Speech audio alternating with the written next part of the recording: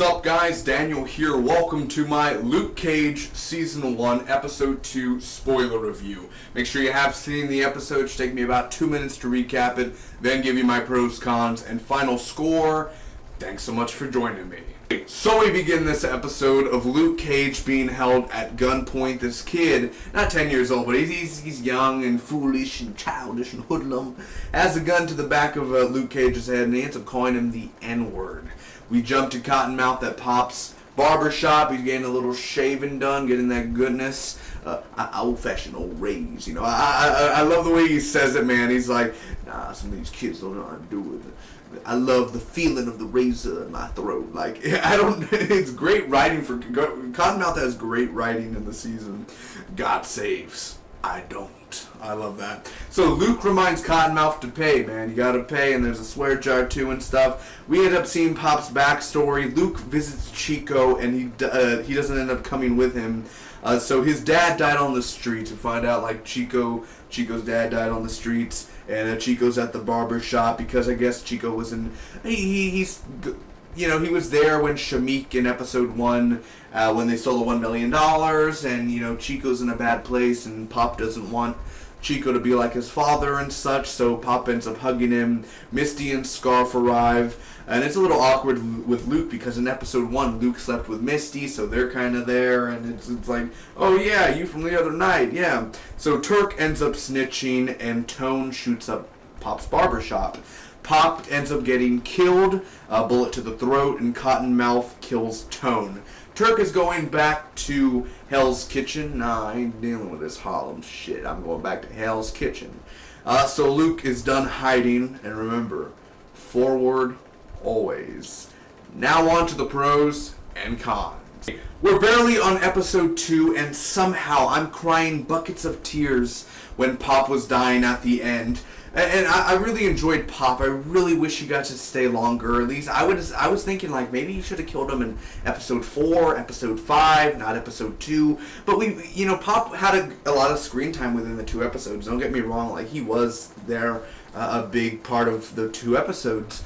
But how emotional it was, and you're like, am I already attached to this character? Because they did show his backstory, and you kind of understand because he used to hang out with Cottonmouth when they were younger, and then, you know, he went to jail, and then he went out, and he's like, I needed to change my ways, I needed to get away, and I created Pop's Barbershop, so that why the gang, you know, the wannabe gangsters and stuff out there, they come over here, and they get off the streets, and they have a place to come and talk, and conversate and everything. So Pop was just a great character. I honestly wish we saw him more, at least 2 more episodes, and have 4 episodes with him or 5 episodes with him. But how emotional the death was, and kind of impactful, not only to Luke but just to the audience. I'm hoping that most cried when he passed because it was so emotional. Especially, I mean, this guy doesn't deserve to go out with, you know, bleeding from the throat. He didn't deserve that whatsoever. Horrible way to go, and it makes you more all like if only Luke went and killed Tone and right there and then, or if he went to go get them. But it's still, man, very much emotional, and how the sound and the action and the glass breaking and all of this going on. Luke ended up protecting Chico as well. He had his arm around him, and I thought it was just a great way to end the episode. Cottonmouth was one of my favorite things about episode 1, and in here it just got better. The dialogue that he had during the episode, the barbershop shave, and God saves, I don't. Everything he says, you just want to quote. Like, let's just quote that and put Cottonmouth on the side. Especially for sure, he threw, was it Turk? Or is it Tone? Was it Tone? I don't even remember anymore. I think it's Tone. He ended up throwing him off the building and landed on the car and everything. Pretty brutal. And basically, you disobeyed me. I told you not to go over there. I told you not to do this, and you did that. And, you know, you killed Pop. The thing was, he's like, well, I'll give money to Pop so he could fix the shop. Oh, but Pop's dead. Yeah, you shouldn't have done it, Tone. Yeah, it cost you your life. It was a very stupid move. So justly so, I think Cottonmouth did the right thing and threw him off. Forget this, I'm going to Hell's Kitchen. Like I said in episode 1, for every single episode, the cinematography is great, as well the music. I also thought the opening was very clever, how the beginning of episode 2 is after the events of episode 2. I thought that was really cool. And you're kind of wondering, like, why is he just standing there? Why does the guy have a gun to his head? Why is this? He's actually looking at one of Cottonmouth's buildings, I guess, where he stashes his money and everything. And what's weird is, I may be mistaken, because I saw it a month ago, this episode. Didn't the guy end up shooting and he got scared? Like, he shot the gun at the head of Luke Cage and nothing happened.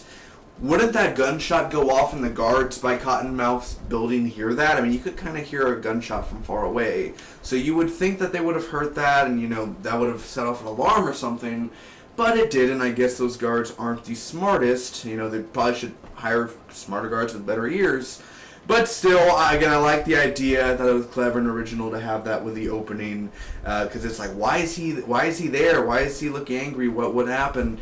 It took me by surprise. I didn't expect Pop to die, and I expected him to live a few more episodes, but still, a really cool and clever opening. Now, during season 1, Misty Knight does have her ups and downs. She is fun, and then she's not, and then she's really serious, and then she's really comedic and cool. So again, ups and downs there. But for this episode, for sure, I thought it was pretty funny and awkward again with Luke, like, hey, oh, now she's a cop.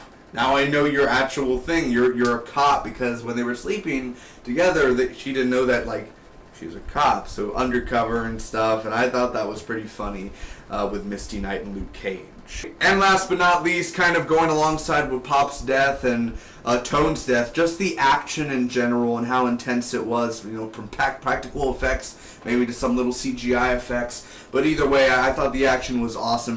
The guns, because Tone and Shade didn't shoot any bullets. It was Tone. I think he had 2 submachine guns, and he just started raining fire.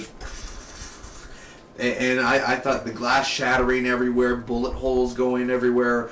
I mean, just destroying the set. Imagine constructing the barbershop just to destroy it the next episode, man. How crazy that would be. And since Luke Cage has 13 episodes, this is not my favorite episode, like number 1, but it definitely is like on my top 5 favorite episodes out of the season. It was one of the best. It's a great episode.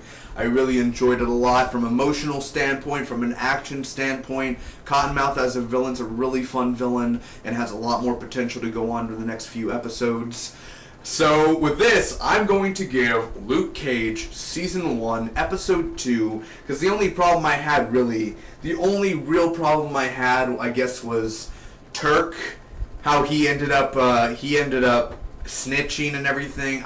Forget that, I'm going to Hell's Kitchen. Didn't he have a raspy voice? I may be a wrong actor, but he was like, I'm going to Hell's Kitchen. Turk is a very useless character this season, a very pissed off, snitchy sort of character, so he's a character I didn't care for at all. I thought I was like, boo, Turk sucks. He really does suck in this season. I don't like him.